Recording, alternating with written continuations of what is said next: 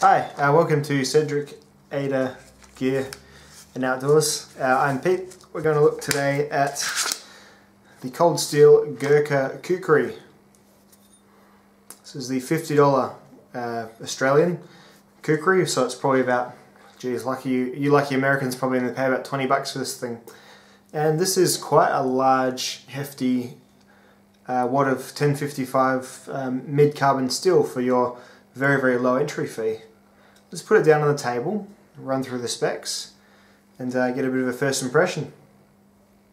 So here it is, on the table, the Cold Steel. This is probably the most basic of their Kukris, and probably the cheapest of their Kukris. This is 18 total inches in length. The blade, which is from here to here, is 13 inches. The first inch is non-sharpened. It's made of 1055, sort of a medium carbon steel, and the site says it's 2mm thick, but I'm fairly certain that that's 3mm thick because it pretty much matches the mid-sized, mid-thickness Mora spines. So it's a fairly thin kukri really, but the blade being so massive, there's still plenty of weight for you to be able to do some chopping. A little bit of flex in there, just a tiny bit, so it still very much feels like a machete rather than some of the other kukris that feel like just huge knives or swords almost. When they start getting thicker like that, they just really feel truly monstrous. This is, for all intents and purposes, fairly agile in the hand. Feels quite manageable really, weight-wise. You can see the shape, obviously. A kukri is a type of machete made by the Nepalese people, or sort of pioneered by the Nepalese people. It obviously suited their environment pretty well for whatever they were using their machetes for. You've got two cutting edges that have varying uses. You've got this one here for your draw cuts.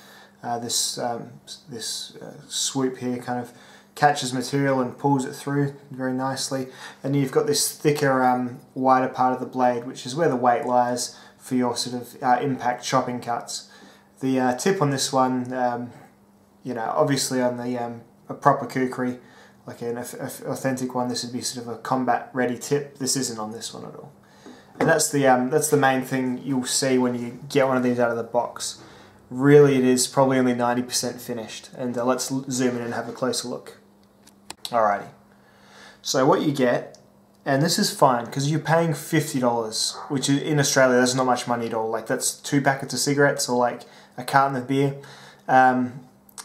You're paying $50 and you're just getting the primary edge bevel, not the actual sharpened edge. So that is, it's got just the one bevel going down, and then it is almost flattened off. I mean, there's probably like, a 1/4 of a millimeter thick flat surface there, so it's definitely not sharp at all. I push my finger in as hard as I can, and it's just leaves like a push line sort of thing. So even if I drag my finger, there's really nothing there at all. So that's just something you're going to have to understand. You'll be putting your own edge on your kukri when you get it, and that edge follows all the way down. And it is rough. The finish is actually, fairly rough. It's I noticed it's made in South Africa, Cold Steel South Africa, which, I mean, that's cool. But I wasn't aware that South Africa made machetes, but I guess, on an industrial enough scale to sell them to Cold Steel, but there you go. So 1055 steel will sharpen very easily, and that's what I intend on doing. The tip there, you can sort of see, it's just definitely rough. Like, it's kind of wadded over a little bit there. These must just be pressed cut from big rolls of 1055 steel, so not a problem at all. So what we're going to do, we're going to get the work sharp out, and we're going to bust an edge on it. We're going to use the green belt, and we're going to get this edge to workable, because right now it'll chop green wood, because it's still that, and you can see it's got some wood on there from when I've cut wood. It'll chop green wood because it's still something that thin, getting pressed into living sort of semi-squishy matter. So green wood it won't have an issue with, but once you start using it against hardwood, not a chance, my friend. So we're going to whack this in the vise, and we're going to get an edge on it. Let's do this.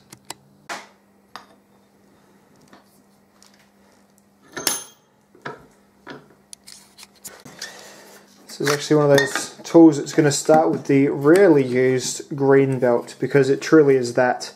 that level of dullness, and it's sort of that much of an industrial tool. The green belt might be really all I need to get something that I'm going to find, you know, versatile on the tool. So this is never a tool. I'm not planning it to be a tool. When you have something made of 1055 steel, this isn't going to be something that you're going to expect to be doing fine carving with. You will be able to initially, but you're not going to be doing fine carving with it. It's just the steel will dull too fast, especially when it's obviously fairly, you know, it's not an ultra sophisticated design either. So I'll bend the workshop around that way. I'll plug it in, and we'll get grinding.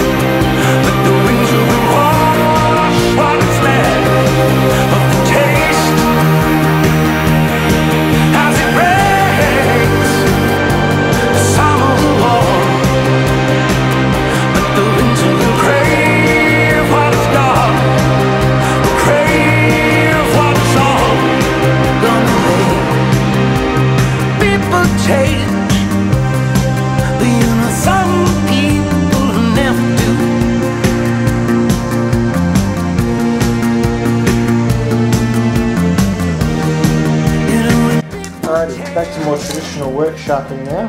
I'm going to use just the standard outdoor knife guide. Get it. Just a 45-degree initial bevel. You can see what I've done. I've just convexed it pretty much from, well, the silver part convexed rather than flattened.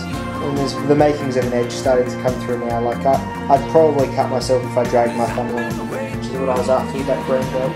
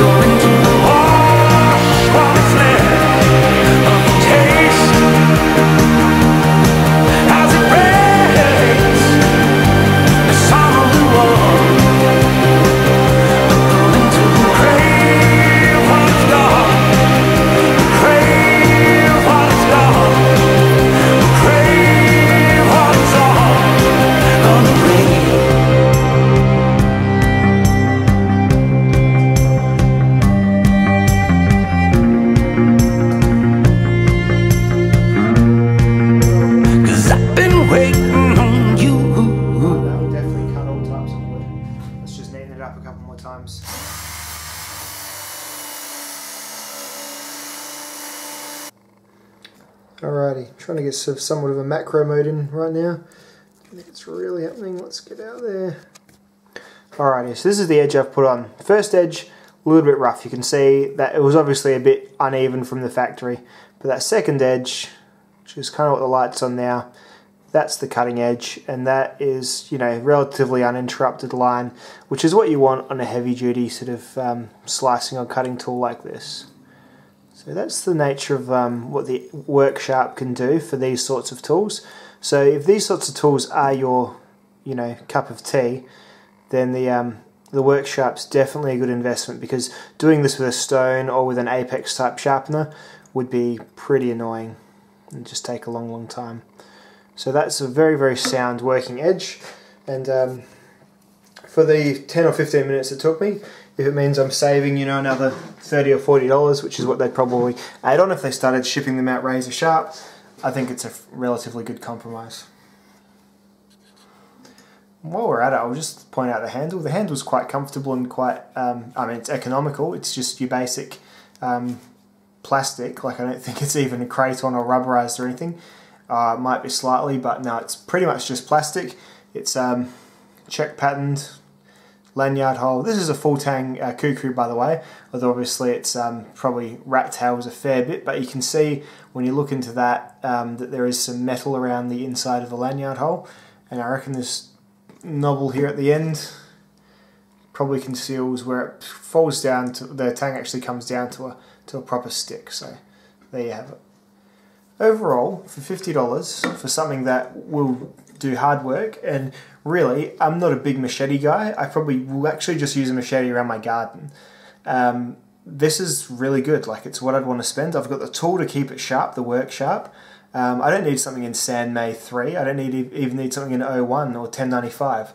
A 1055 edge that I'm probably going to use a few times a year for $50, really good. It does come with a sheath. It's a pretty cheap sheath. It's nylon with a plastic end here, I guess to prevent cut-throughs, at least catastrophic cut-throughs that'll cut you as well. You unbutton these, the Kukri goes into the sheath like so. This has been getting in the way a bit. I must just need to get the knack down of using the sheath, but yeah, definitely holds it and it keeps it safe while it's just sitting in your shed. And I guess it's probably perplexing enough so a little kid wouldn't be able to get it off too easily. So there you go. So what do you reckon, guys? That's my video on sort of the